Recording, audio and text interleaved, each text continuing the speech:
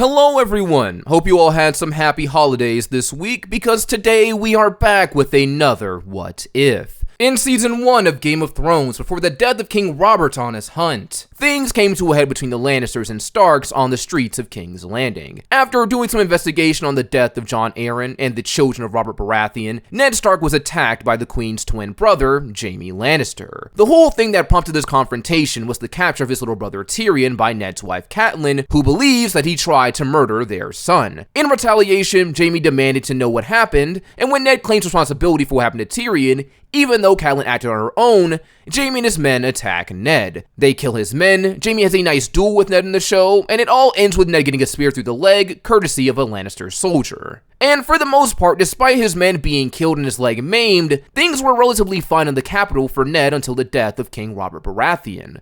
But what if things took a darker turn for Ned before the king even died? In the show, when things started to get violent, Jaime did threaten to actually kill Ned during the start of the confrontation. So what if in this timeline, he did go through with his threat and give Eddard Stark a clean death like he desired? How would the story change as a result? Ned dying in King's Landing to Jaime seems pretty easy to make happen if I'm being honest. As I said earlier, when Jaime first confronted Ned, he did so with the mentality that he was going to kill him. But the only reason that he doesn't go through with this is because Ned reminds him that if he kills him, Tyrion might die in retaliation. You killed me. Your brother's a dead man. After Ned says this, Jaime rethinks his entire approach. So it occurs to me that a good way to make Jaime go through with actually killing Ned is that he just doesn't say this. He doesn't remind him what's at stake, that being his brother's life, and Jaime in his familial rage while fighting for his brother forgets that there may be some consequences for him, which I think makes a lot of sense since that's literally what he does initially. He fully intends to attack and kill Ned without even thinking of the consequences of such an action until he's reminded of it. Now, with that being said, the events go as follows. Ned leaves Littlefinger's brothel when Jaime arrives. He demands to know what happened to his little brother, and Ned states that he's behind the abduction of Tyrion. Jaime draws his sword, and Littlefinger leaves to get the city watch. Jaime then threatens to kill Ned, and instead of reminding him that his brother's life hangs in the balance, Ned says, "You kill me, you start a war." Then Jaime, in his rage and arrogance, says, "I'll end it like I did the last one. They call me Kingslayer. What's some other lord to me, Stark?" The two of them then fight.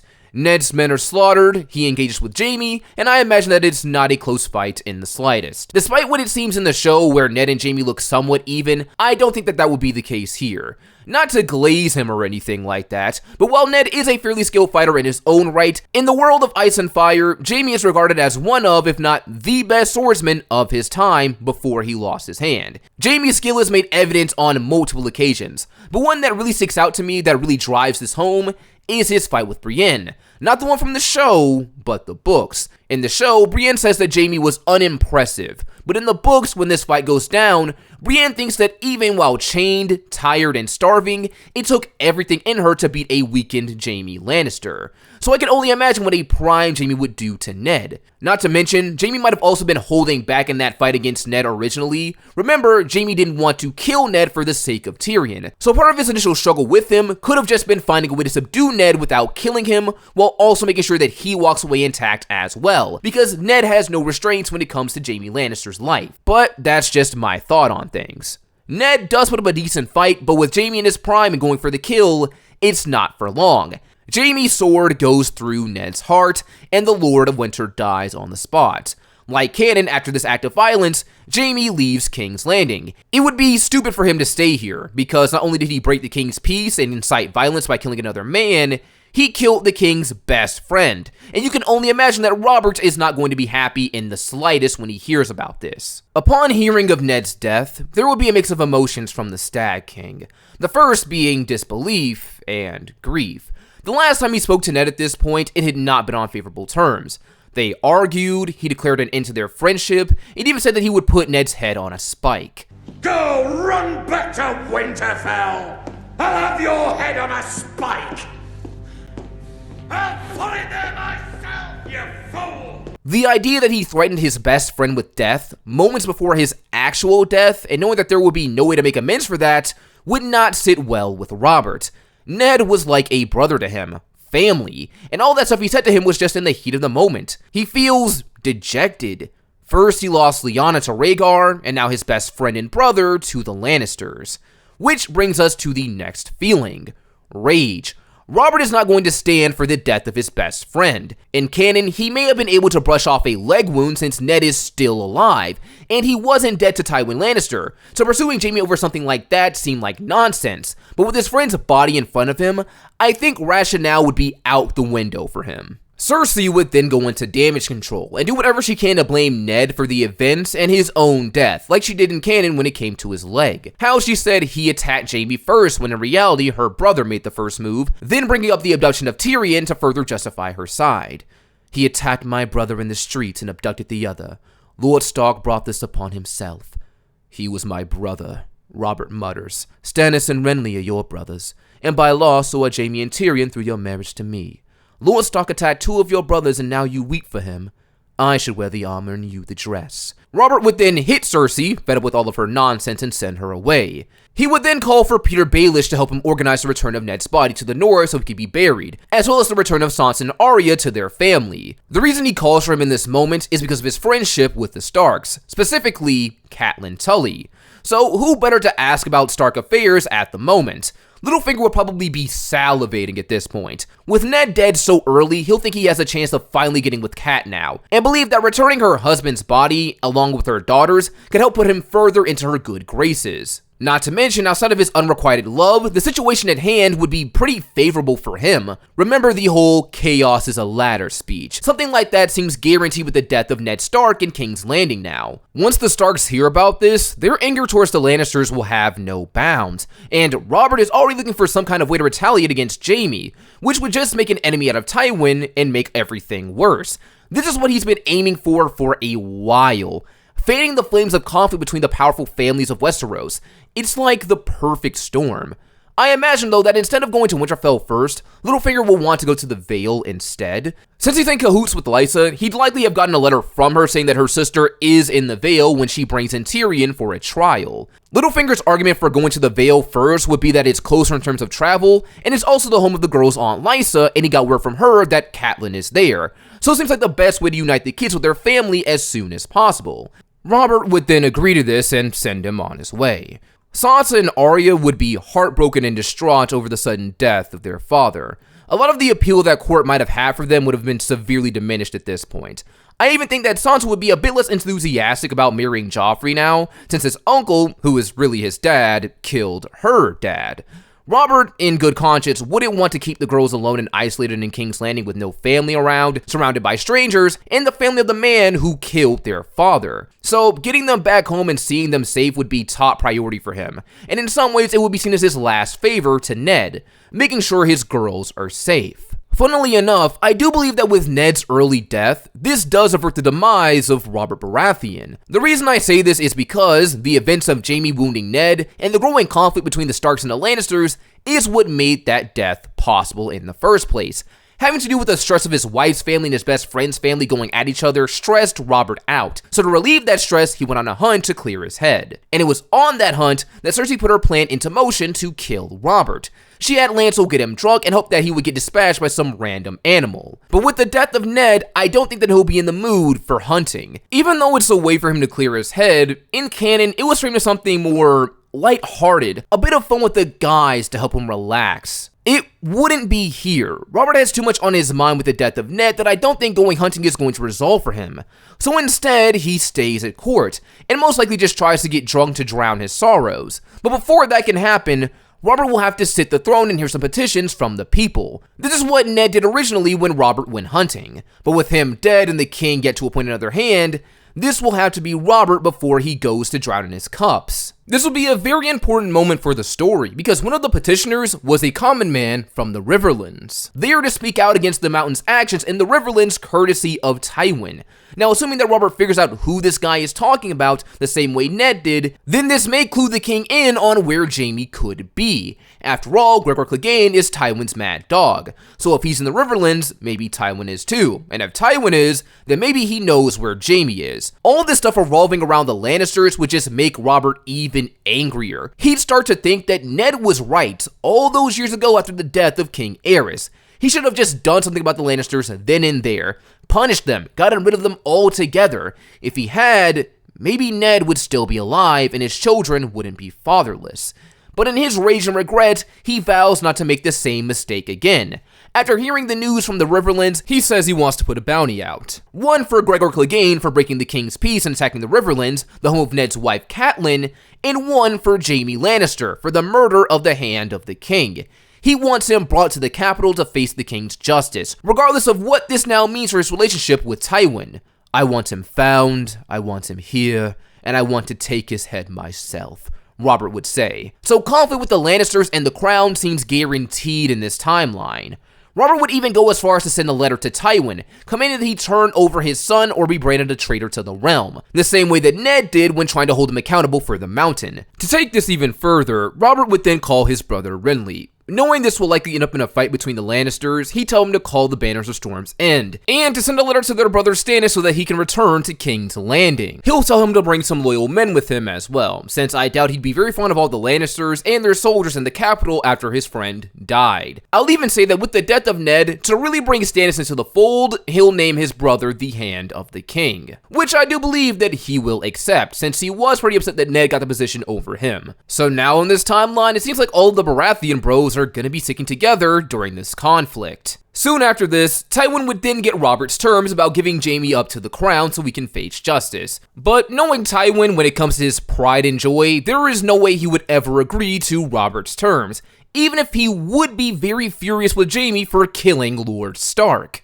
Now, you may be questioning that idea since in the show, Tywin has two different reactions to the attack of Eddard Stark by his son Jaime. First, he tells him that it was stupid to attack Ned in the first place, but then he also questions why he left him alive to begin with. So would he really be mad at him for killing the Stark this time? Well, yes. The reason Tywin seems to have conflicting notions about this isn't really because they conflict in any way, at least I would say. He does think it was stupid to attack Ned in broad daylight and incite violence. It was impulsive and rash, but he also thinks that it was stupid that Jaime doesn't stick to his decision and go all the way with the act. It reflects on their family, their reputation. He would have preferred Jaime not attack Ned to begin with, but by letting Ned live after attacking him in the streets of King's Landing, it shows that Jaime is not only indecisive, but he's willing to make dangerous moves, though unwilling to commit to them. To put that in perspective, imagine if Tywin spared the reins of Castamere. After fighting this big rebellion over how they wronged his family in the past, imagine if he marched on their home, roughed it up a bit, then turned around and just went back to his home without wiping them out. His actions would lose their weight. Tywin wouldn't have cemented himself as a man to be feared by just making a fuss and then doing nothing else. Overall, letting the reins live after making such a big commotion about it would just have made things worse for him later on. It's about the principle. If Jaime's gonna do something that bold, he should commit to it, because that way it actually sends a message. It actually has weight. So, that being said, while Tywin would respect Jaime for making a decision and sticking with it, a Lannister pays his debts and all that, it wouldn't change the fact that it was stupid to kill the Hand of the King and Warden of the North for Tywin. Jaime basically made them enemies of the crown, and the Starks are not going to be happy about the death of their lord. Interestingly though, when it comes to the Starks, their storyline changes with the death of Ned this early on. If Ned dies this soon, Robb is not going to raise the North in rebellion. A key part of the Northern storyline is that even before declaring independence, the North was basically fighting against the crown itself, or more accurately, Joffrey, since he was the one who had Ned imprisoned and then he was the one who had Ned killed. The imprisonment and death of their lord is what inspired them to rise up, but even with Ned dying so much earlier, this wouldn't happen. King Robert is still alive and Joffrey is not king. Neither father nor son had anything to do with Ned's demise in this timeline. That was all Jaime acting of his own accord, so it makes no real sense for Robb to get an army together and march south to attack the king when he and his children had nothing to do with what happened on the streets of King's Landing. So a northern rebellion has no real foundation as the crown is no longer the enemy, just the Lannisters. What happens though is Robb, now Lord of Winterfell, makes some demands of King Robert once he finds out the news. He would demand justice from the king, that being the execution of Jaime Lannister in retaliation for what happened to his father, and also demand the return of his sisters, along with his father's body to be buried and his sword Ice, which the king is already in the process of doing for him. So when you really stop to think about it, pretty much with the death of Ned so early on, this would basically negate the War of Five Kings. Since Ned dies, Robert stays alive and Joffrey doesn't become king for the time being. Stannis and Renly can't make their own bids for the Iron Throne as a result of this, and the North has no real reason to rise against the crown over someone like Jaime, who is now a known fugitive. And since the realm isn't tearing itself apart this time, Balon and the Ironborn may not make a move for their independence. Outside of that, however, something else that's important to think about is what happens to Tyrion in this timeline. After all, in canon, Ned declared that if Jaime killed him, Tyrion would die. But would he? I would say he wouldn't, actually. The reason I say this is because by the time news reaches the Vale, Tyrion wouldn't even be there. Remember, he got released fairly early in his confinement after Ned was attacked. He demanded a trial by combat, which Bronn fought for him and won. And by this point, Catelyn wasn't aware of Ned even being attacked by Jaime while she was in the Vale, if I'm not mistaken. And if that's the case, it will be the same when it comes to his death. So if the information gets there after Tyrion's trial, he'll already be on his way out of the Vale before the Starks can retaliate by killing him in return, if that's even something that Catelyn wants to do when she finds out that Ned has died. Now, the way I see things playing out here is that sometime after Tyrion's trial by combat, word eventually arrives for Catelyn Stark from Robert Baratheon before she leaves the Vale. With her sister Lysa with her, she opens the letter, reads it, and learns of her husband's fate at the hands of Jaime Lannister, along with the fact that Peter Baelish is on his way to the Vale with Ned's remains and her daughters. This would be very heavy on her, and there would be a lot of emotions. Grief at the death of her love, relief that her children were on their way to her while in the care of someone she considers family. But perhaps most importantly, there would be guilt. Guilt because Ned's death was basically her fault. Jaime only attacked Ned because she captured Tyrion. If she hadn't been so reckless, then Ned would still be alive, and her children would still have a father. Lysa would then take this opportunity to get in Catelyn's ear and capitalize on Ned's death, using it as an example of how wicked and cruel the Lannisters are, how they murdered both their loving husbands. She'd use this as a way to push her towards killing Tyrion, sending Vale men to recapture him and throw him out the moon door. Lysa was pretty much gunning for that the entire time that they were in the Vale. But even with that being said, I don't think Catelyn would go for it. In canon, despite taking him prisoner, she really didn't seem like she wanted to kill Tyrion at all. Not like Lysa did anyhow, even though she suspected him of trying to kill her son Bran. And she started to doubt that he even did try to kill Bran during their time in the Vale. I had nothing to do with the attempt on your son's life. The dagger found... What sort of imbecile arms an assassin with his own blade? While Catelyn is known for being rash and impulsive, like that one time she released Jaime Lannister, she does have a moral center. She tries to be an honorable person, to an extent, even if her judgment is often clouded by her emotions. This is the whole reason she took him prisoner and wanted a trial. She wanted to do it the right way instead of just killing him unfairly. So while I do believe that for a brief moment she would consider killing him in retaliation, it's not something that she would commit to. One, because she's not entirely certain that Tyrion is guilty of trying to kill her son anymore. It doesn't feel right to kill him for something he may not have even done, and it's because of that that she doesn't kill him for what happened to Ned. He had nothing to do with his own brother's antics. Why should he die for that? Which leads into the next point of why she leaves Tyrion alive. He's not the one that she wants to kill. She wants Jaime, the guy who actually put his sword through her husband's heart, the one who is actually responsible. So Catelyn leaves him alone, figuring that it would be too much work anyway to even find him and drag him back here, but prolongs her stay in the Vale so she can meet her daughters and take them home to Winterfell, where her and her family can further plan and deal with their loss. It's a bittersweet reunion when Catelyn and her girls reunite in the Vale with Ned's bones. Catelyn promises that the family will have justice for what Jaime did to Ned before she sets out to leave. Like canon though, when Littlefinger originally delivered Ned's bones, he is going to try to shoot his shot with Catelyn here as well, but she's going to shoot that down really fast because she is not having any of it after her husband just died. So Littlefinger holds yet another rejection as Catelyn and her children make their way back home. Once they arrive at Winterfell, after some time, Robb, now Warden of the North, will hold a funeral for his father, something that we never got to see in the show or the books because at that point, the Starks were at war, and it took a while for Ned's bones to get back to them. So here, now with a bunch of downtime, they have a ceremony for him, so he can be put to rest, with the whole Stark family in attendance, with the addition of Jon Snow. He would have still gone to the Night's Watch in this timeline, but after taking up the lordship of Winterfell, Robb would have written to the Night's Watch, specifically Jeor Mormont, to let Jon come home so they can put their father to rest together. I don't see the Lord Commander turning that down, so Jon is permitted to go home. This is going to be very tragic for Jon, though. He doesn't know who his mom is, and now his father, the only parent he's ever known, is dead. Murdered, and to rub salt in the wound, there is such a cruel irony to when he returns. Before he left for the Night's Watch, Ned said that he would tell him about his mother the next time that they saw each other. Well, now he's home, he gets to see Ned, but he can't say anything since he's dead. So, still, he remains clueless. Catelyn would definitely make a stink about Jon being around at this point, saying that he doesn't belong there, he's not one of them. But Robb would retort, saying that he's Lord of Winterfell now, and can welcome whom he pleases and defends Jon, saying that his father had 4 sons. Though he may not have their name, Jon has his blood, and as his brother, he has every right to see off their father. So, Ned is put to rest by the entire Stark family, and once their ceremony is over, Jon will ask Robb what he plans to do. Robb would say that he plans to get justice against Jaime. By now, it will be common knowledge that the Lannisters have effectively made themselves enemies of the crown by refusing to give up Jaime.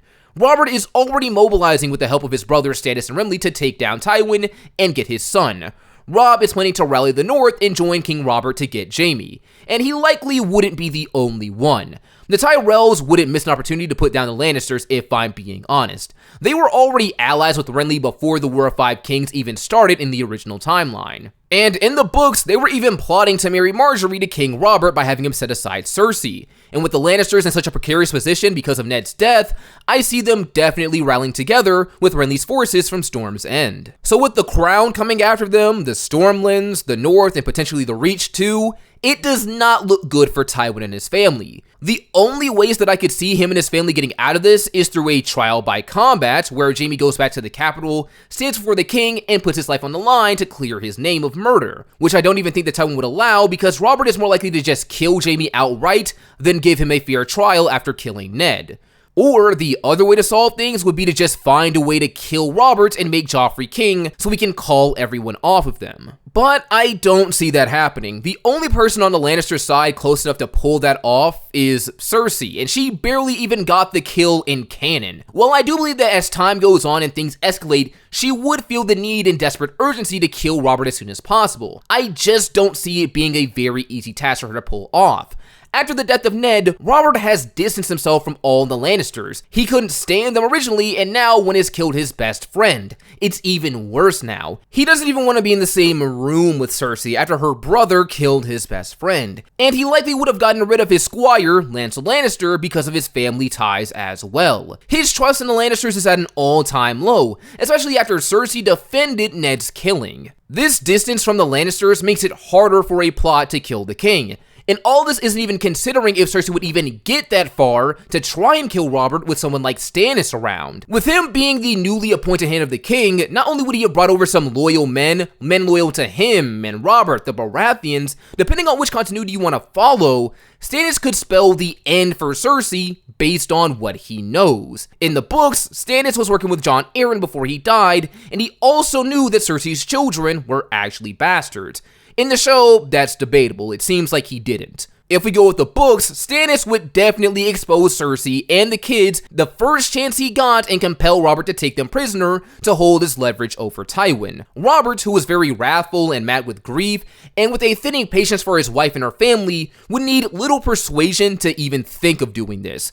Just an excuse. Whether it's true or not, I think Robert would see Cersei as a potential way to lure her brother Jaime out so he can kill him. And Jaime would definitely want to ride back to King's Landing to free Cersei once he gets the news that she's been taken prisoner, which Tywin knows basically means certain death for his son. So in this scenario, it's a very rough situation for the Lannisters, all because they killed Ned too early and Robert survived as a result. All they really managed to do is basically turn the continent against them. At least that's my thought on the matter. Outside of them, though, one added consequence I could see with Ned's death this soon is what happens to Daenerys overseas. There was this one instance where she almost died after getting attacked by a scorpion, but she was saved by Barristan Selmy.